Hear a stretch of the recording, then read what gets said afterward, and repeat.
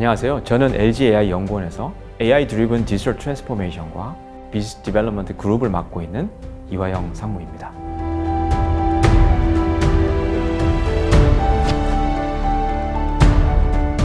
어, 2017년에 알파고와 세계 최고의 바둑기사 이세돌 간의 대국을 아마 다들 기억하실 것 같은데요. 그게 한국사에 아마 굉장히 큰 충격을 던져줬던 것 같습니다. 그래서 여러 기업들이 그때부터 AI 도입에 굉장히 적극적이고 그리고 관심을 많이 가졌던 것 같은데요. 그 결실들이 지금 기업들의 결과로, 사업적 성과로 이렇게 나타나고 있다고 말씀드릴 수 있을 것 같은데요. 뭐 예를 들면 2021년에 딥마인드가 알파폴드라는 걸 처음 세상에 선보였을 때 저게 정말 사업적 성과를 만들어낼 수 있을까? 비용 대비 효과적인가? 이런 것들에 대한 의문점이 굉장히 많았었는데 2023년에 알파폴드 2가 발표되고 급기야 노바티스라는 글로벌 제약사가 이 알파폴드를 본인들 사업 현장에 도입하는데 4조 원의 투자를 하는 큰 변화를 이끌어냈습니다.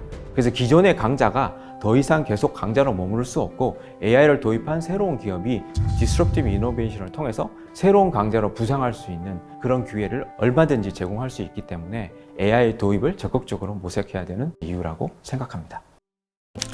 크게 두 가지가 중요한 것 같습니다. 첫 번째는 아무리 강조해도 지나치지 않은 데이터 준비 부분이라고 말씀드릴 수 있을 것 같은데요.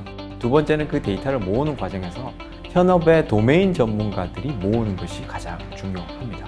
어떤 문제를 해결하기 위해서는 그 도메인 안에 있는 문제를 해결하는 경우가 사실 가장 많은데, 그러면 그 도메인 전문가가 이해하고 있는 지식을 AI가 이해하게 만들어줘야 되기 때문에 AI가 학습하기에 적합하게 데이터를 전환을 시켜줘야 결국은 AI가 학습을 할 수 있다고 말씀을 드릴 수 있을 것 같습니다. 뭐 예를 들면 저희가 LG 디스플레이와 하고 있는 프로젝트 중에 생산 공정상에서 제품을 개발하거나 아니면 어떤 그 제품을 대량 양산할 때 처음에 데이터를 정비하는데 굉장히 어려움을 많이 겪었는데요. 그래서 특단의 조치를 내린 게 도메인에 있는 전문가들을 빼서 그 사람들이 그 내용의 문서를 이해하고 AI 프렌들리한 문서로 바꾸는 전환 작업을 오랜 과정에 거쳐서 했고, 그게 잘 되고 나니까 AI가 빠른 속도로 학습하고 지금은 어떤 사람이 어떤 질문을 하든지 간에 과거의 유사한 사례를 AI가 딱 찾아서 그리고 그 질문에 맞는 답을 해줄 수 있는 그런 결과를 만들어냈습니다.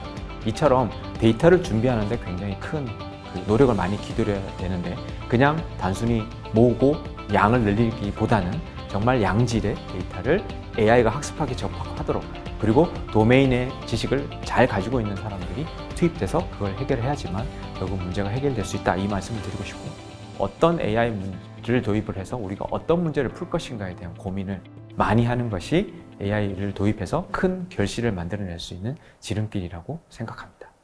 네, 오랜 기간 LG에 있는 다양한 계열사들하고 현장에 있는 문제를 풀고 그리고 과제를 발굴하기 위해서 노력을 많이 해왔는데요. 밸류 체인별로 대표적인 과제들을 하나씩만 좀 소개해 드리도록 하겠습니다. 뭐 밸류 체인이라고 하면 데이터 드리븐 비즈니스 디시전부터 R&D, 그리고 오퍼레이션, 퀄리티 어슈런스, 그리고 커스터머 케어, 이 5가지 단계로 보통 LG에 있는 모든 사업이 구성되어 있다고 볼 수 있는데요. 가장 중요한 문제는 수요를 예측하거나 원재료의 가격을 예측하는 이런 문제들일 것 같습니다. 지난 2년 동안의 긴 투자 끝에 작년 말을 기준으로 LG 생활건강에 실제 시스템에 도입돼서 마케터하고 브랜드 매니저들이 실제 AI가 예측한 각 상품들의 예측 정보를 바탕으로 SCM을 운영을 하고 있습니다.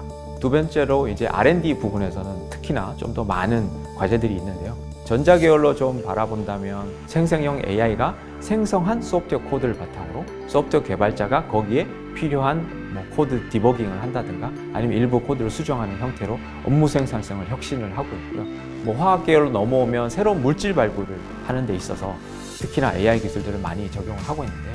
분자 구조와 분자 구조를 합성했을 때 어떠한 결과가 예측될 것인가를 AI를 예측하는 모델을 만든다든가, 어떤 물성이 나올 것인가 또 AI를 예측하는 모델들을 직접 만들어서 실제 실험을 하지 않아도 AI가 예측한 결과를 가지고 어떤 캔디데이트를 점점점 줄여나감으로써 본인의 업무를 굉장히 효과적이고 효율적으로 단축할 수 있는 이런 프로젝트들을 하고 있습니다.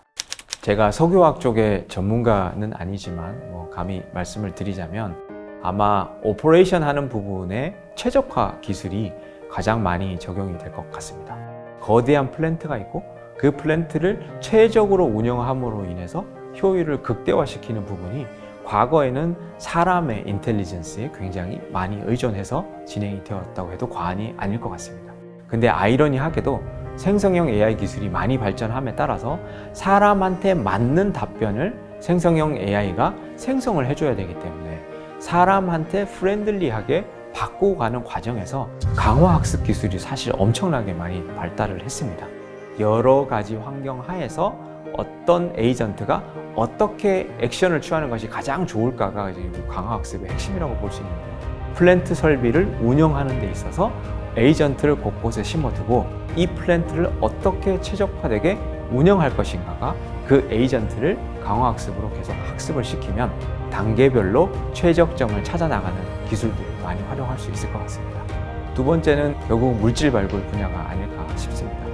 화학 산업의 가장 핵심이 새로운 물질을 발굴하고 신소재를 찾아 나가는 여정이라고 말씀드릴 수 있을 것 같은데요. 발굴하고자 하는 타겟 물질에 물성을 주면 어떤 물질들이 후보로서 적합한지를 AI가 추천하게 되고 그 후보가 로봇한테 입력이 되고 로봇이 직접 합성을 하고 그 합성된 결과를 다시 AI 모델한테 피드백을 해서 다음 최적 후보를 추천하게 되고 그게 다시 로봇한테 가고 이렇게 선순환 구조를 계속 그리면서 최적의 물질을 굉장히 빨리 찾아 나가는 이런 형태로 발전해 나갈 것이라고 예상합니다.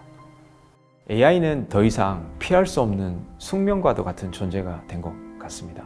지금 당장 AI에 대해서 한 발 한 발 공부하고 AI가 가지고 있는 파괴적 혁신에 대해서 고민을 하기 시작한다면 어떤 티핑 포인트를 딱 넘어가는 순간 그 다음부터 새로 나오는 AI 기술들이 사실 굉장히 쉽다, 이 말씀을 꼭 드리고 싶고요. 타 산업에서 AI를 잘 활용한 사례를 우리 산업 내로 가져와서 적용하려고 하면 잘 맞지 않는다는 느낌을 받은 적이 많으실 텐데요. 사실 산업적 특성이 굉장히 다르기 때문에 동일한 AI 기술을 가져오더라도 동일하게 적용하기는 사실 굉장히 어렵고 오히려 도메인 지식을 많이 가지고 있는 사람이 AI 기술에 대한 교육을 잘 받고 AI에 대한 근본적인 동작 원리와 메커니즘을 잘 이해한 상태에서 AI를 도입하고자 시도한 사례들이 성공한 케이스가 더 많을 것으로 저희는 판단하고 있습니다. AI 도입을 통해서 사업을 혁신하는 GX 칼텍스 구성원 여러분을 응원합니다.